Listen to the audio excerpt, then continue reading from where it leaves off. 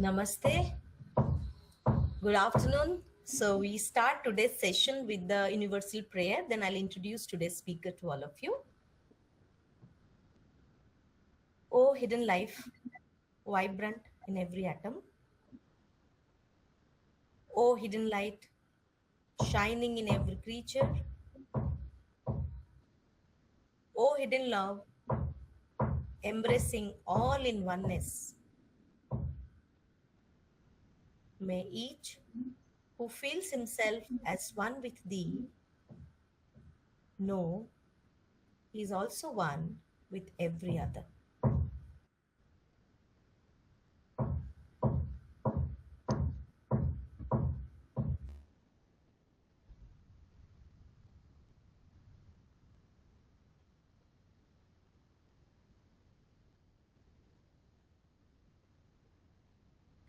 Come back. We have a very, very interesting talk today.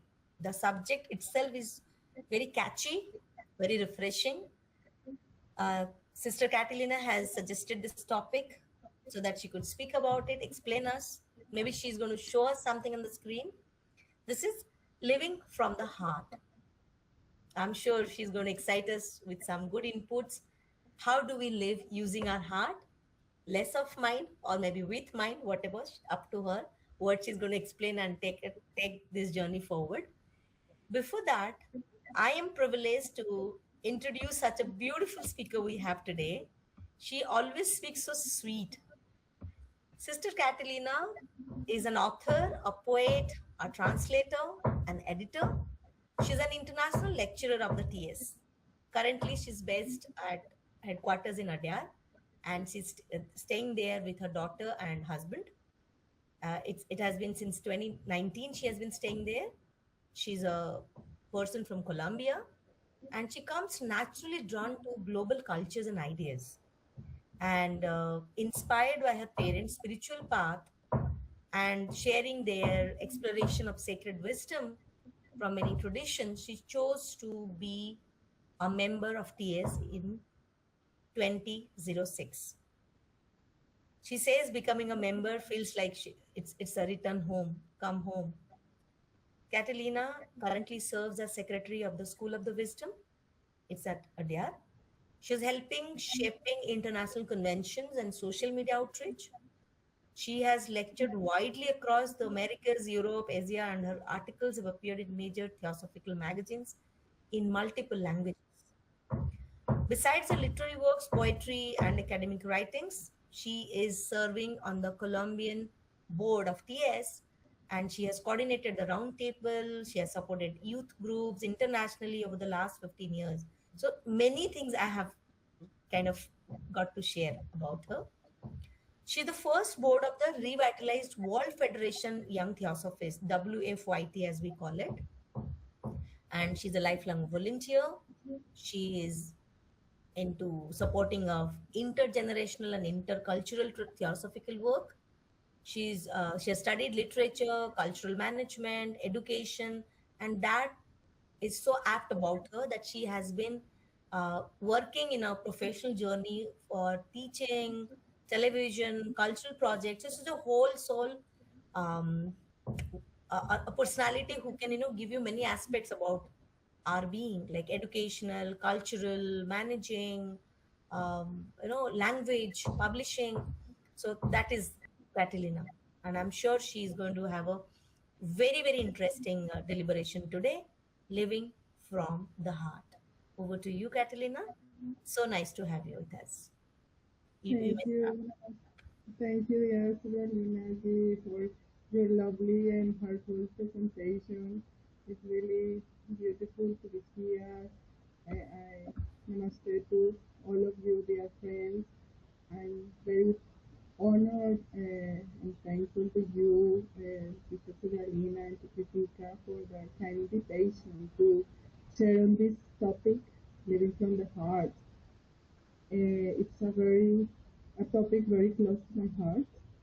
And but before we begin, uh, I will invite you to take a short moment together, to close our eyes, to take a deep breath, to gently bring our awareness into the present moment, here, now, placing our attention in our hearts.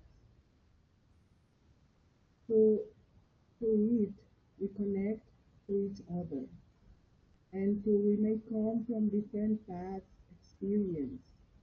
We meet here in this quiet space of the heart, connected by a shared intention and the gratitude of sharing this moment together.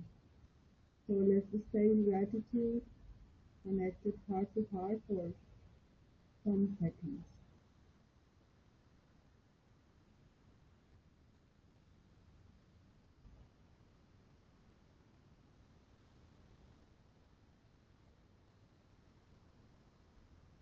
And as we feel, we open slowly our eyes. And as we open our eyes, we step into the mystery and the quiet power of the heart.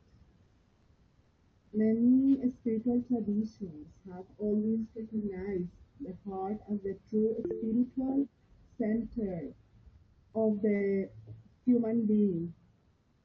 Yet today we tend to value intellect far more than the wisdom of the heart. We often hear from popular wisdom this sentence, follow your heart. But usually it is Sorry, easily your voice is yes, low. it's low. Please speak in a loud voice. Your Okay, voice is not audible. let's see if I can. Better now. Is it better now? Yeah, it's okay. It's okay now. Okay. Okay, so as we were saying, many spiritual traditions have always recognized the heart as the true spiritual center of the human being. Yet today we enter valuing more the intellect than the wisdom of the heart. And often when we hear this maxim, follow your heart, we dismiss it easily as something being emotional or impulsive. And that is perhaps because what we call following the heart, or the understanding that we have about this following the heart, is often just following our instincts or reactions that are shaped by desire, habit, or conditioning. And if we relate this following the heart with this kind of conditioning, it seems unreliable compared to the reason, which we tend to trust more. But the mind, the reason, and the heart are not opposites. They are actually complementary. And in fact, the true heart is much deeper. It is an inner center of guidance that goes beyond instinct, emotion, and even beyond intellect, to what we give so much importance nowadays. But the wisdom of the heart goes deeper than that. So, before exploring this further, it might be helpful to pause and ask ourselves a simple question regarding to our daily lives. What do we invest more time in our daily routines? We invest normally, usually, so much in what is temporary, our body, how do we look, our work, career, possessions, relationships, so on. And while all of these matter because they are the ways of expressing ourselves in this world of matter, they are passing, they are just temporary. So if we turn all the focus of our life only on them, life could feel like a constant pursuit, and at the moment of death, we we won't take any of that in reality. So a deeper question arises. Are we nurturing something within us that endures? And this question is worth asking because most of us instinctively look outward first.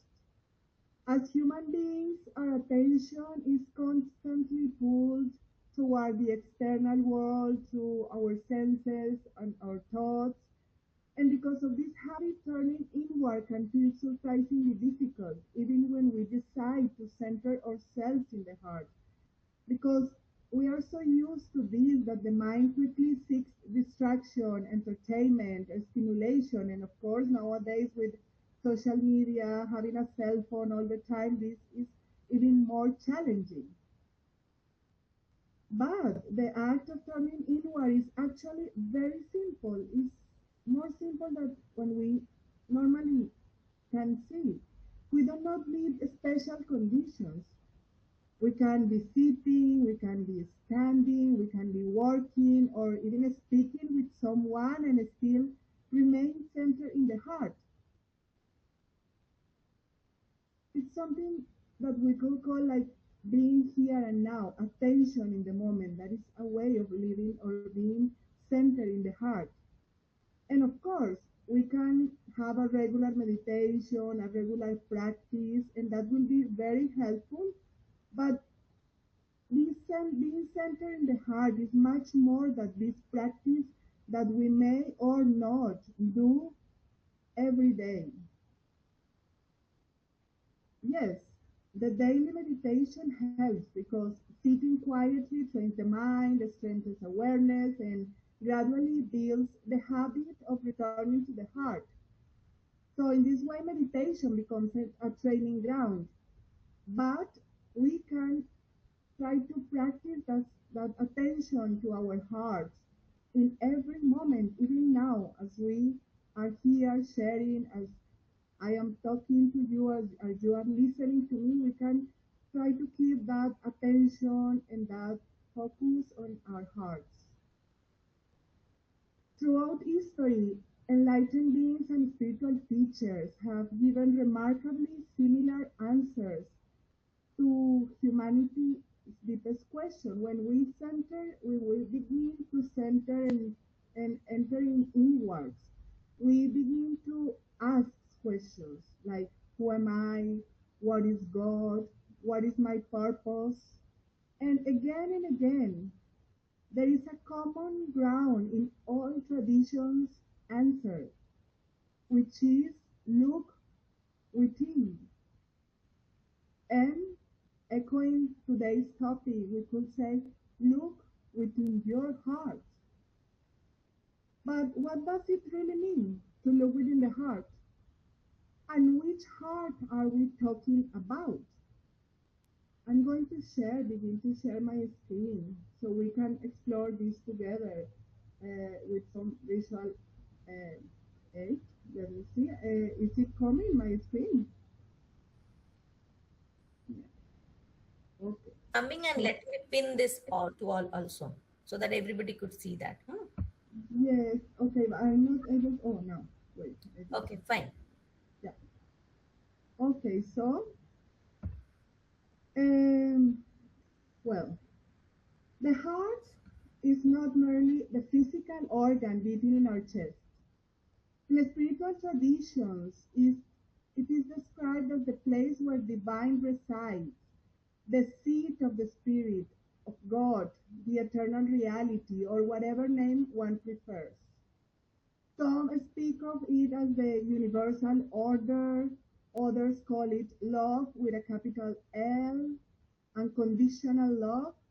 Certain traditions even describe the physical heart as containing the triple flame that we can see there in the center of the heart of the person that is in the image, which is the divine spark that reflects the heart of God and the universe. And in this sense, the heart becomes the sacred meeting point between the human soul and the supreme source of life, representing our potential to embody the fullness of what we truly are. This sacred space within us is sometimes called the secret chamber of the heart, the inner sanctuary where divinity can be discovered.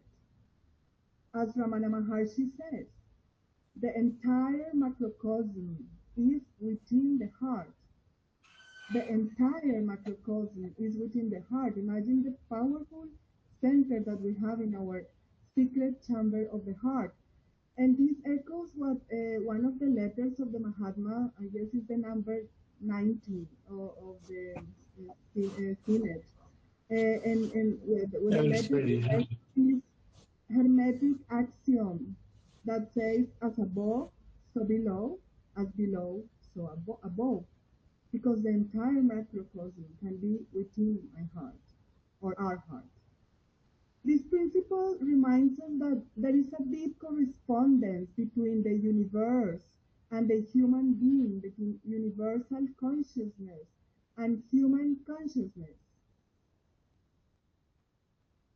To understand who we truly are, I have brought here this scheme used by Blavatsky, and okay, that we use while in our theosophical studies. So we remember that existence manifests across 7 planes, each of them composed of matter with different degrees of density and subtlety.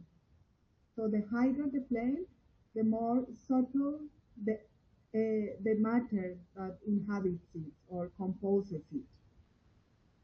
We are far more than a physical body, as we can see. We are far more than our emotions or even than our intellect. These are important, valuable, useful, necessary, but are simply the levels that we perceive most easily, and therefore the ones with which we usually tend to identify. We identify with our body, with our feelings, with our ideas. Yet our consciousness extends much deeper. From the theosophical perspective, as this image illustrates, the human being is composed of a sevenfold constitution, from the physical and vital energy to the emotional and mental layers, up to the higher principles of Buddhi,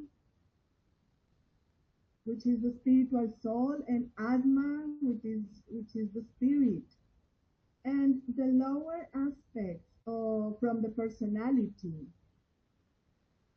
Uh, while the higher triad represents our true being and individuality, the superior triad. The lower aspects, the, the 4 lower aspects, represent whatever is not permanent, whatever is new in each one of our lives. And there is a path of inner development that consists in building the bridge and takarana, which is the internal organ of the heart consciousness, that allows consciousness to rise from the lower nature toward the higher nature, aligning us with our spiritual essence. On these lines, and while we see this sevenfold constitution, we could say that the heart center is associated with Buddhi. That's why I highlighted it here in pink. The plane of intuition and higher wisdom. So if we make decisions only based in these temporary aspects or lower aspects of us, then we are allowing our lower part of our lower nature to guide us. Whereas listening to the heart means connecting with a higher dimension of the existence, one that draws directly from the divine source that sustains all creation. Living from the heart will be therefore building a bridge that reaches beyond ordinary thought and emotion, that connects us with intuition, buddhi, and when we transcend the ordinary rational thought, we begin to access a deeper power, that power of the heart center. Emotions, as we have said, belong to astral sphere.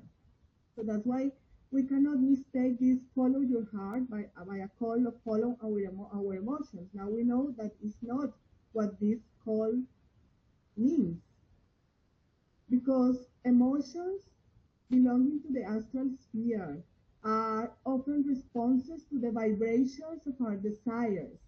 And there is a beautiful quote of Annie Besant that expresses very, very beautifully in her book Karma. And she says, since emotion is a mixture of passion and thought, there is some blending of thought matter in its expression.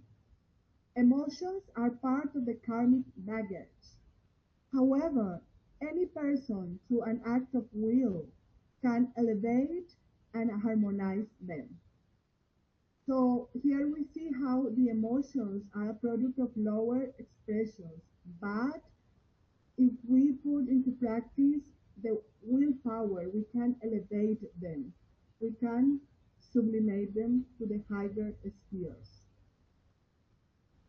And this is why it is a mistake to identify the heart exclusively with emotions. Emotions and feelings arise largely from external experiences.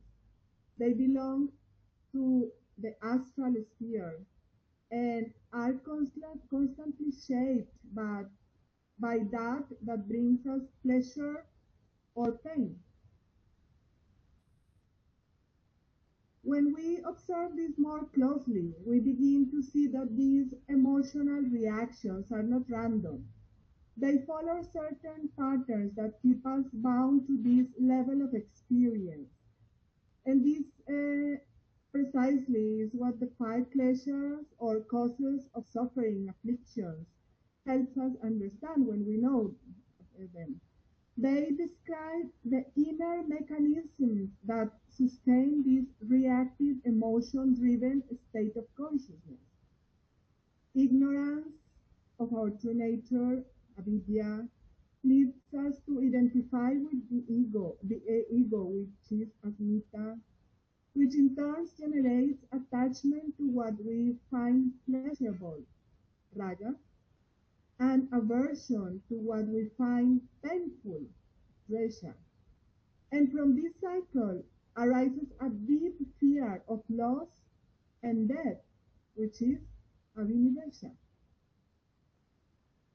So as long as our awareness is governed by these patterns, we remain confined to the lower planes of existence, of experience, reacting rather than truly perceiving, letting our lower nature take charge of our life.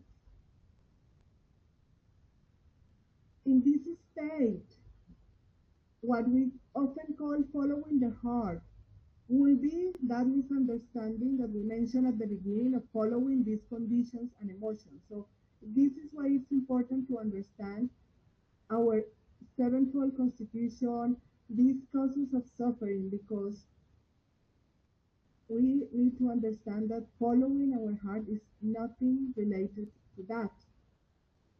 To truly live from the heart is to move beyond the influence of the kleshas.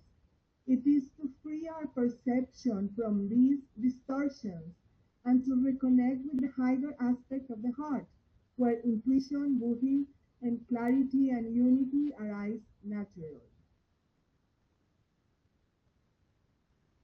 And this is why the teaching from light on the path becomes so essential.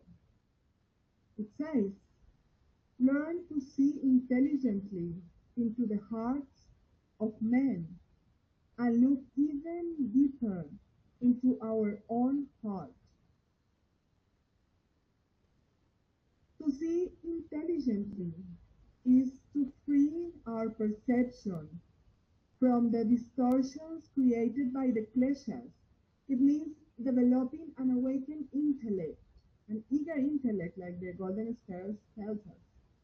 Well, an intellect that is no longer entangled in desire, in fear, but capable of perceiving the essence of being, of situation, and of on one itself, of life itself.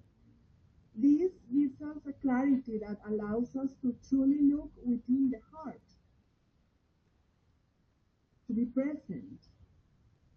Such seeing is not passive. It is an active path of self-knowledge and transformation. When we genuinely listen to the call of the heart, we consciously embark on this journey, directing our efforts towards the unfolding of our highest essence and the overcoming of duality and limitation. For example, imagine a moment in daily life when someone speaks to us in a way that feels hurtful or unfair. Instantly, a reaction arises in us.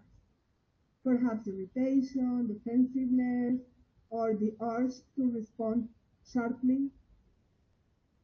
If we observe carefully, we may notice how this reaction is shaped by the kleshas. Our ego feels attacked, as Nita. We resist the discomfort, Vesha. Or we cling to being right, Raga. We are attached to our opinion and we are right and this person is attacking us. In that very moment, there is an opportunity, a very big opportunity. Instead of following the automatic reaction, what if we try to pause, even for a few seconds, to take a deep breath, bring our awareness to the heart, and simply observe. We might we might ask inwardly while we are doing this exercise, what am I reacting to? Is this response coming from fear, from habit, from the need to defend myself?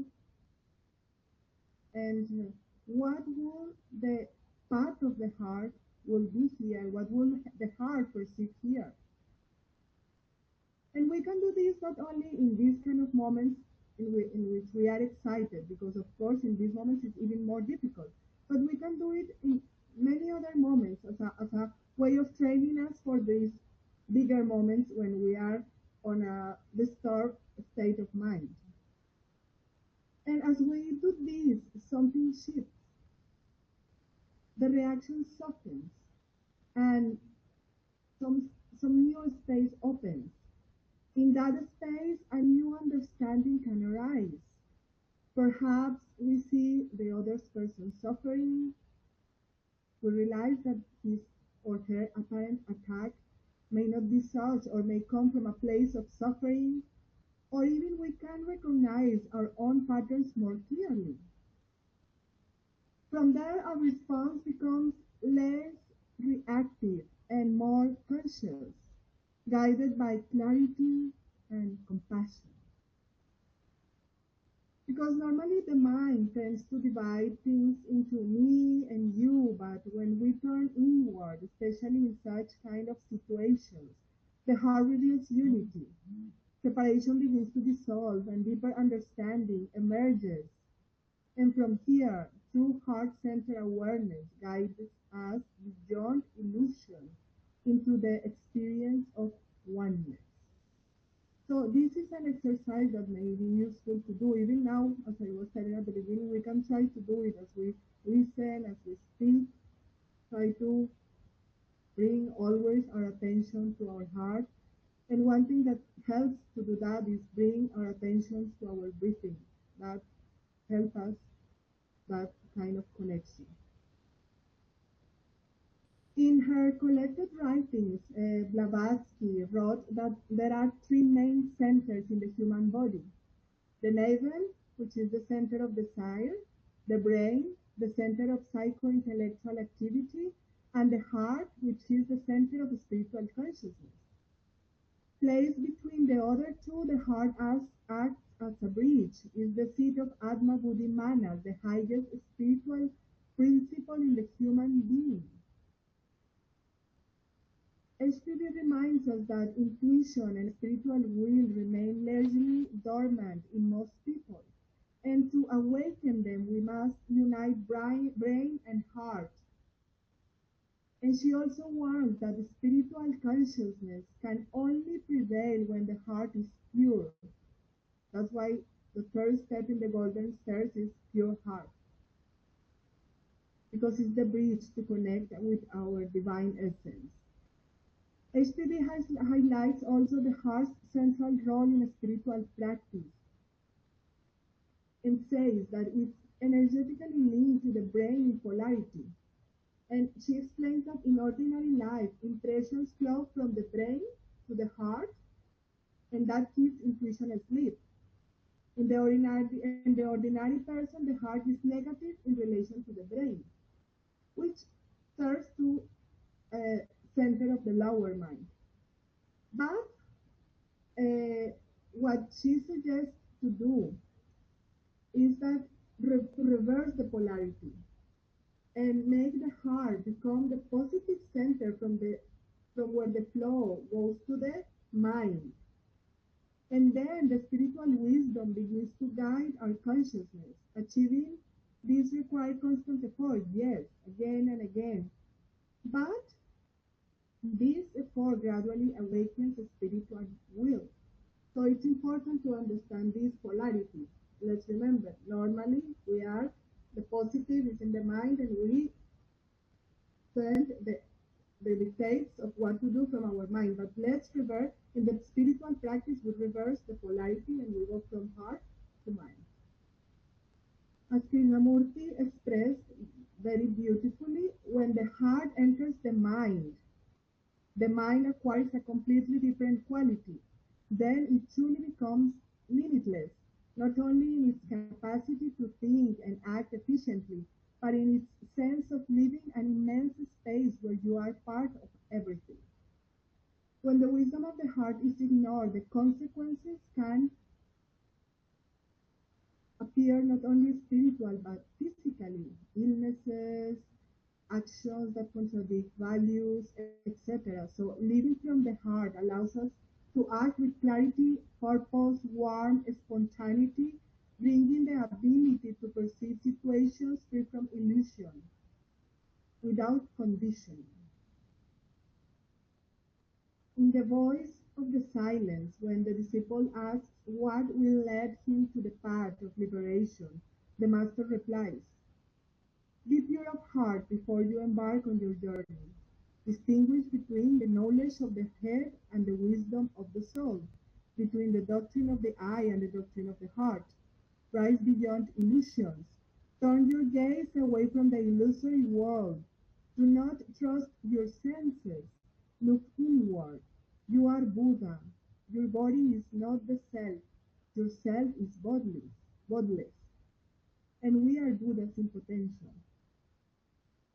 As at the feet of the Master reminds us the following: since God is love, you who yearn to become one with Him must be filled with perfect selflessness and also with love.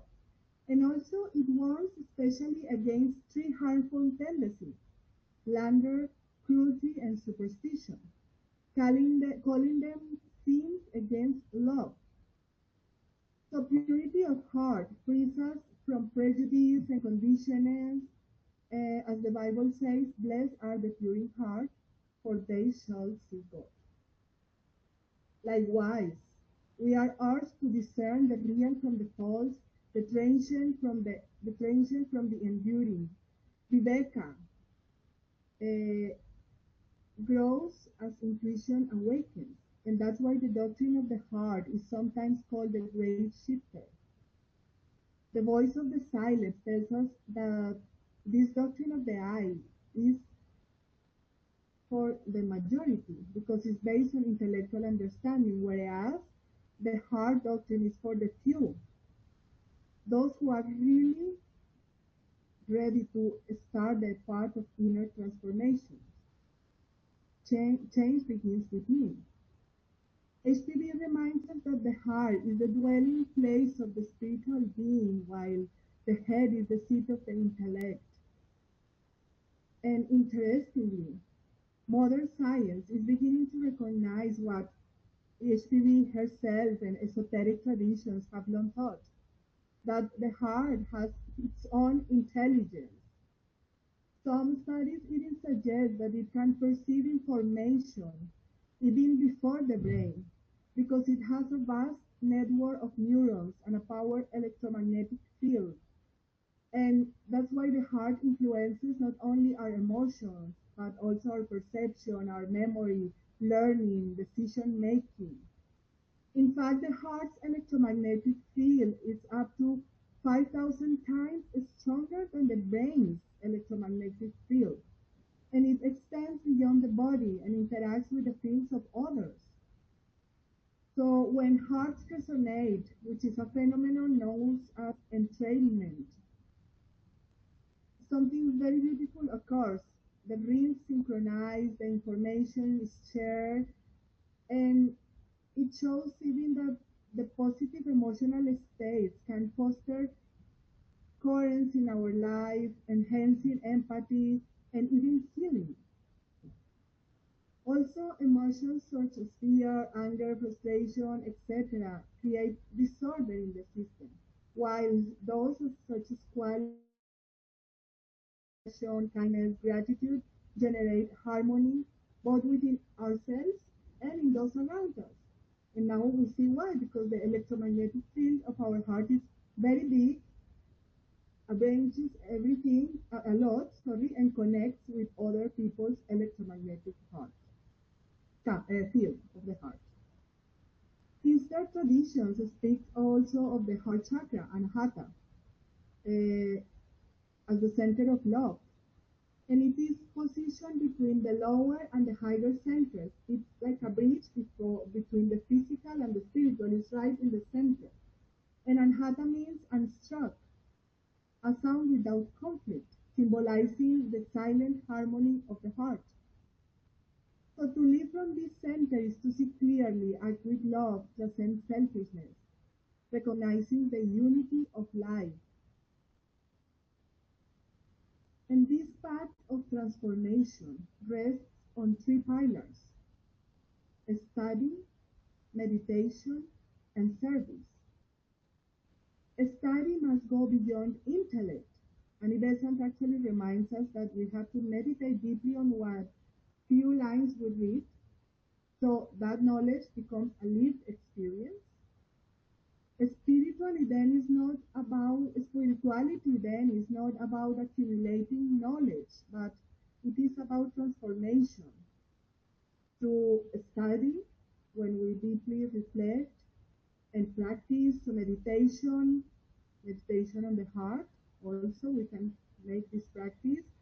We deepen our connection with the divine and naturally express this thought, compassion, and selfless service. And this requires letting go of ego and shifting our focus toward the well-being of others, which in turn make us be ready to truly serve, to practice in a more um, practical way what we are studying or meditating upon. These three pillars reflect in the threefold flame that I was mentioning at the beginning, which represent will, wisdom, and love, the three qualities of the Logos. And when they are in balance, we align with our true purpose and become instruments of the divine plan. So living from the heart is not an abstract idea, it's the fulfillment of our dharma. It means becoming instruments of service and active participants in a spiritual evolution, consciously cooperating with the divine plan. In this way, every moment of life begins to carry meaning. Living from the heart is becoming the love we seek, being present, free, aligned with our deepest nature. But this path through natural is not always easy. It is a journey that asks for courage, clarity, and perseverance. And this is beautifully described in these words from HPB. I didn't put the complete quote. I guess most of you may know this quote. I just kept like the fundamental for this specific situation, which says,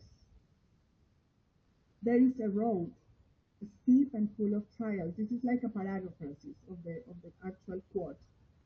But I guess we can go to the real quote. Let's put the real quote. There is a road, steep and thorny, beset with perils of every kind, but yet a road, and it leads to the very heart of the universe. I can tell you how to find those who will show you the secret gateway that opens inwardly only and closes fast behind the neophyte forevermore. There is no danger that dauntless courage cannot overcome. There is no trial that spotless purity cannot pass through. There is no difficulty that a strong intellect cannot surmount. For those who win onward, there is reward past all telling, the power to bless and save humanity. For those who fail, there are other lives in which success may come. This is a fragment that is found in the letter to the Fifth Annual Convention of the American section of the PS in April 1891. So this path asks everything of us: courage, purity, and perseverance. But it also offers something immeasurable: the possibility of transformation and the power to serve life itself. As we approach to the end, I just invite you to gently look at this image. Let it speak to you. Notice the light of the center, the heart as a threefold flame, expressing will, wisdom, and love, the qualities of the Logos. Around it, we see moments of meditation, service, connection that reminds us that living from the heart is both an inner experience. It starts as an inner experience, and it is also an outer expression. We have to express it in our life in a practical way. It is perhaps a reflection of something already present within each of us. And perhaps this also reminds us of something deeper: that we are not our desires, that we are the divine will, that we are not our thoughts, that we are the divine wisdom, and that we are not our emotion. We are the divine love. So let's take these and try to live from the heart in every possible way, in every single moment, just by turning our attention to our breath and our heart, even as we talk, even as we listen, even as we work, etc. etc. So, thank you. Thank you. Thank you so much. It is definitely a very different perspective of living from the heart you have shared, Catalina. So sweet of you. And good that there are a couple of new members who have joined. And if you link this to the seven bodies and how gradually you took us from the connection of heart and mind, then how to use looking at others' heart within our heart intelligently, then connecting that intelligence to living daily life and then the higher wisdom. It's a journey you have taken us through. Thank you so much for that.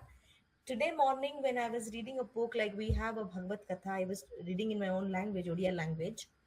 I got to read two good episodes about one when there is this episode of Sati and Shiva, when Sati leaves her body into the sacred fire because she's not so happy with her parents or maybe her father not inviting Lord Shiva to one occasion. So that is where she had actually kept everything within our body to a center, focused on that center because she wanted to leave the body, the physical body. She did this exercise of taking out the prana out of the body, again from one center, which has connect to the navel and the heart center. That I read today. Again, I read also about Dhruva. Dhruv is again at a 7 years old age when he's doing, you know, he's doing tapa, austerity. When he's doing tapa for achieving Narayana, Vishnu, to, connect, because again, he also wants to, reach to a higher level. And all the rishis he meets in the forest, they suggest him to again connect that navel, and there is a distance from this navel to the heart center, and there lies this connection to the higher, because I read this 2 episode today only, and then you talked about it. It was like as if, I'm kind of revisiting what I was imagining. You could show me that. That was an experience you gave me today. So sweet. Or maybe it's coincidence. Okay. Yeah. Thank you. And I think we would generally not do a question answer because this is a very deep topic and we just listen and absorb. Thank you so much for being with us.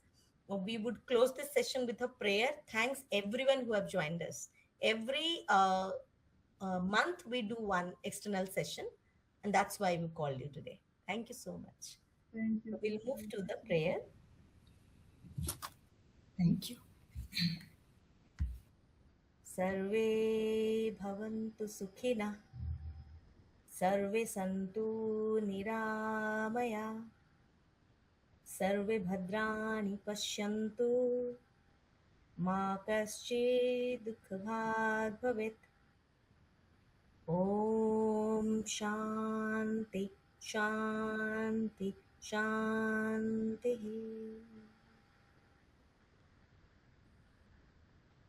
Thank you all. We are closing the session. The record will be shared in group so we could see it again. Thank you so much. Thank you so much.